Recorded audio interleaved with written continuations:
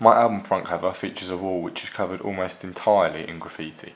In front of the wall, which provides the entire background, is the outline of a man on a bike.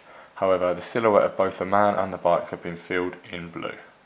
I chose to make this my album cover as I think that the image strongly boasts several of the conventions of indie and alternative music album covers. The cover is quite unusual, with the graffiti in the background also quite strongly connoting to the audience that the album is modern and contemporary.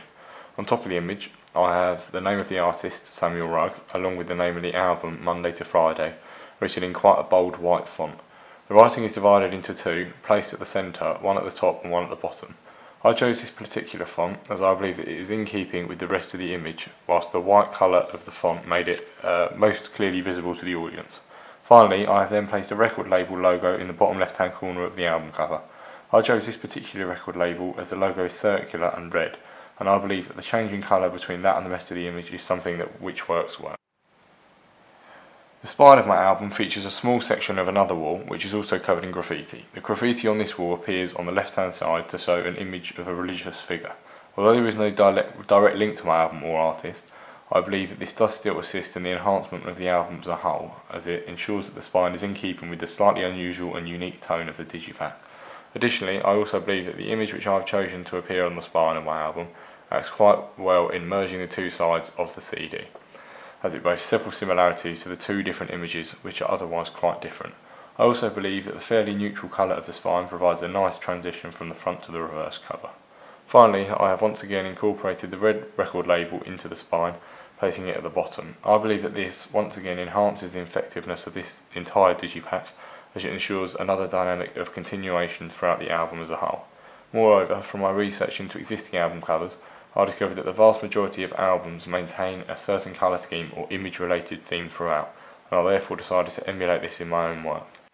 The reverse cover of my album, similarly to the other two sides, also features a wall which is covered in graffiti. However, in contrast to the front cover, there is no other figure or image in the foreground. I chose to avoid having anything other than the background in this image, as I believed it may deter the audience's attention away from the most important part of the reverse, the list of featured songs. However, the reverse cover is very simple, consisting solely of the wall in the background and the list of songs written over the top, slightly to the right hand side of centre, as this allows me to use the same font on the front, something which I regarded as being very important in relation to continuity. If the writing had been in the centre, then some parts may have been hard to read due to some light tones and shades in the background image. There is also a small barcode in the bottom left hand corner. Moreover, I also believe that this particular image is effective as it incorporates a variety of different colours. This enhances the aesthetic appeal of the cover. Coincidentally, there does also appear to be some religious figures and images on the wall of my reverse cover. However, this was once again not deliberate and has no direct relation to my album or artist.